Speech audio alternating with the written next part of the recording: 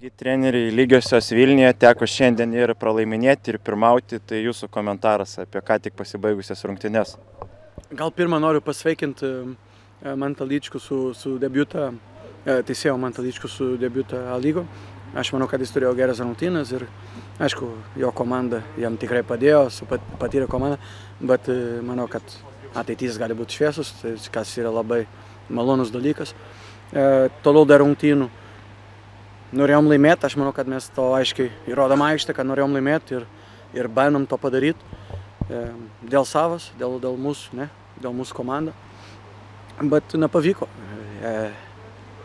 Pradėjom gal ir gerai, bet Rytai išnaudojo to vieną ar du situacijas, kurios turėjo iš greitų kontrataksų, mes nesurinkom gerai tos žaidėjos, per to greitų momentą ir įmušę.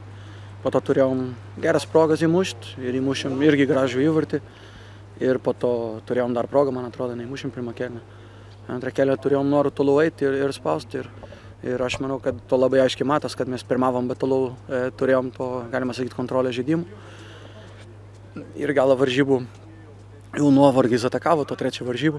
Padarėm keitimus, bet apart Šer buvo viskas gerai, bet Šer jau iš tikrųjų jis gal ir po traumų, tai mes vis tiek norėjom pažiūrėti jo, bet nebuvo taip sėkmingai, kaip mes tikėjom. Šiandien treneri patyrė pirmajam kėlinį traumą. Magdušauskas galbūt jau aišku, kas ten jam nutiko? Ne, nėra aišku, tikėsim, kad nieko blogų, bet gali būti, kad jau baigė sezoną, aišku, todėl čia jau tokia trumpa krūva ir gali būti, kad jau kitą savaitę žais. Pažiūrėsim, jau pas daktarą turėtų eiti ir pažiūrėsim, kas ten, tikėsim, kad nieko blogai. Ir šiandien Armantas Vitkauskas pradėjo rinktinės, kodėl buvo pasirinktas toks sprendimas? Armantas su mums visą sezoną ir jis duoda pagalbą ne tik aikštę, bet ir lauką jo. Ir buvo tokia savaitė, kur turėjom 3 rungtynes ir dar specialiai žaidėm su Rytai šitą varžybų, tai aš galvoju, čia gavos tokį sprendimą, kad duodam Armantui irgi pažaisti, kad vieną rungtynę čia lygą. Todėl galima sakyti, kaip dovana už jo darbo visą sezoną. Todėl jis gali žaisti, jis turi kokybę, tai jis gali žaisti. Tik mes turėjom Mantas kaip pirmas ir natūraliai, tu nekeisi vartininkų kiekvieną varžybą.